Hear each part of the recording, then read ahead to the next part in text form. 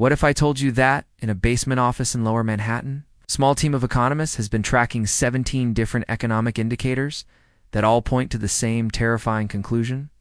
That by 2034, the global economy, as we know it, could completely implode. And most people won't even see it coming until it's too late. What if I told you that this isn't some conspiracy theory, but cold, hard data that the world's most powerful people are already quietly preparing for? And what if the signs of this collapse are already happening right now, hidden in plain sight while you're distracted by social media and political theater?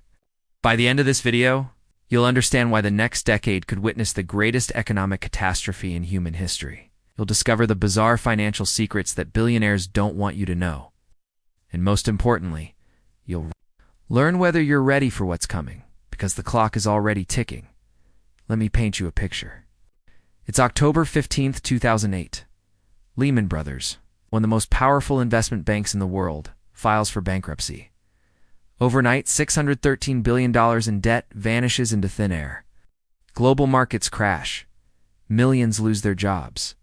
Families lose their homes. The world economy nearly collapses. But here's what they didn't tell you about. 2008, it was just a warm-up. The 2008 financial crisis was caused by roughly $1 trillion in bad mortgage debt. Sounds massive, right? But today, in 2025, we're sitting on a debt bomb that makes 2008 look like a small firecracker. Global debt has exploded to $315 trillion. That's $315 trillion. To put that in perspective, if you spent $1 million every single day, it would take you 863 million years to spend that much money. But the truly terrifying part isn't the size of this debt. It's who owns it and what happens when it all comes. Crashing down in 2019, a little-known investment firm called Archegos Capital Management was quietly making massive bets on stocks using something called total return swaps. Most people had never heard of Archegos. Most people had never heard of Bill Wong, its founder. But in March 2021, this single-family office lost $20 billion in just 2 days, nearly destroying some of the world's largest banks in the process. Credit Suisse lost $5.5 billion. Nomura lost $2.9 billion. Morgan Stanley barely escaped with minor losses. All because one man, using borrowed money and financial derivatives, made bets so large they could destabilize the entire global banking system. And here's the kicker. Archegos was small. There are hundreds of family offices, hedge funds, and investment firms making similar bets right now with even more borrowed money, in markets that are even more fragile than they were in 20-1. But the real bomb isn't in the stock market. It's not in real estate. It's not even in cryptocurrency. The real bomb is in government debt. It's about to explode. Let me tell you about Japan's economic death spiral, because it's a preview of what's coming to America and Europe. In 1990, Japan's government debt was 60% of their GDP. Today, it's 260%. That means Japan owes more than 2.5 times their entire economic output. Imagine if you made $50,000 a year, but owed $125,000 on credit cards. That's Japan's situation, but with trillions of dollars. How does Japan survive? They print money. Lots of money. The Bank of Japan has been creating currency out of thin air for over 3 decades, buying their own government's debt to prevent collapse. It's financial life support, and they can never turn off the machine. But here's what's terrifying. The United States is following the exact same path. U.S. national debt just crossed $33 trillion. That's over 120% of GDP and growing by $1 trillion every 100 days. Every single day, the U.S. government pays $1.8 billion just in interest on money they've already borrowed, not reducing debt. Just interest. In China. Don't even get me started on China. Their local government debt is estimated at $23 trillion.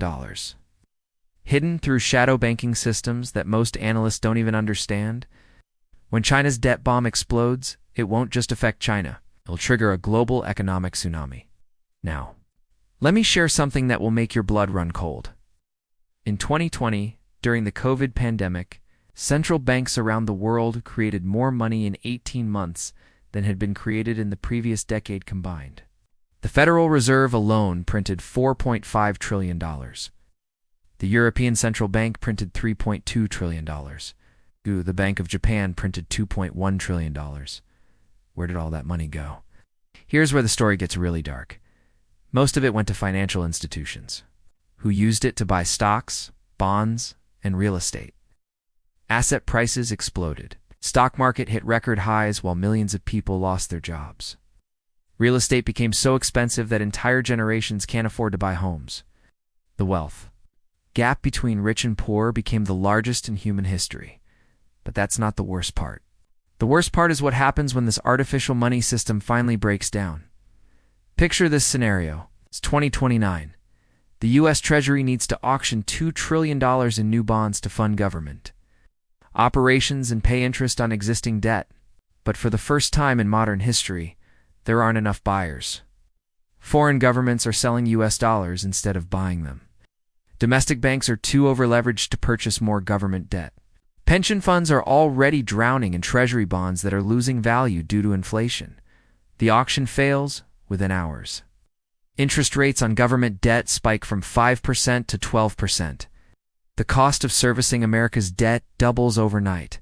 The government faces a choice: default on their obligations or print even more money to cover the shortfall. They choose to print. But this time, markets panic. The dollar collapses. Inflation explodes past 20%.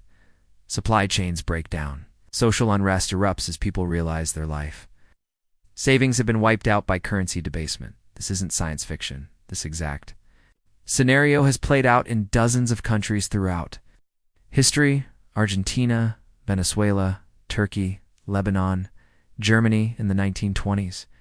It always follows the same pattern: too much debt, too much money printing, then complete economic collapse. But here's the truly bizarre part of this story. The world's wealthiest people aren't just aware of this coming collapse. They're actively preparing for it. And their preparations reveal just how bad they think it's going to get. Jeff Bezos has spent $42 million on a 10,000-year clock buried inside a mountain in Texas. Mark Zuckerberg is building a $270 million bunker compound in Hawaii with underground tunnels and blaster-resistant doors. Elon Musk has openly stated that he's developing Mars colonization technology as a backup plan for human civilization. These aren't the actions of people who think everything is going to be fine. These are the actions of people who have inside information about what's really coming. Peter Thiel, the billionaire founder of PayPal, has invested heavily in New Zealand's citizenship and remote properties. Ray Dalio, who manages the world's largest hedge fund, has been warning about the end of the current monetary system for years. It's comparing our current situation to the 1930s. Even central bankers are preparing. It's the Bank for International Settlements. Known as the Central Bank for Central Banks, it's been quietly developing central bank digital currencies, or CBDCs. These digital currencies would give governments complete control over every financial transaction, every purchase, every economic activity. Think about that for a moment. In a world where cash is eliminated and all money is digital, governments could freeze your accounts instantly, monitor every purchase you make, or even set expiration dates on your money to force spending. It's not monetary policy. Control. Now let me tell you about something even more disturbing. There's a document called The Great Reset. It's published by the World Economic Forum in 2020. It openly discusses reshaping the global economy after the next major crisis. The document talks about stakeholder capitalism, digital currencies, universal basic income, and what they call building back better. But buried in the technical language is a terrifying admission. They expect the current economic system to collapse, and they're planning to replace it with something completely different. Something where individual property rights are diminished, where most people own nothing but are supposedly happy, where a small technocratic elite makes decisions for everyone else. Klaus Schwab, the founder of the World Economic Forum, literally, wrote a book called COVID-19: The Great Reset. In it, he argues that the pandemic created an opportunity to fundamentally restructure society and the economy. He talks about the Fourth Industrial Revolution, Artificial intelligence replacing human workers, and the need for global governance. This isn't conspiracy theory. These are their own words, published in their own books, discussed at their own conferences.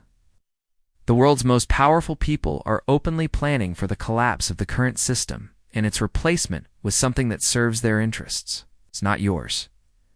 So what happens when everything finally breaks down? Let me walk you through what the first 30 days of economic collapse might actually look like. Day 1. A major bank fails. Maybe it's Deutsche Bank, which has been teetering on the edge for years. Maybe it's a large regional U.S. bank overleveraged. In commercial real estate, markets open down 15%. Day 3. Contagion spreads. Other banks face runs as depositors panic. The Federal Reserve announces emergency lending facilities, but confidence continues to erode. The stock market is now down 30%. Day 7. Currency markets begin to break down. The Japanese yen collapses as investors are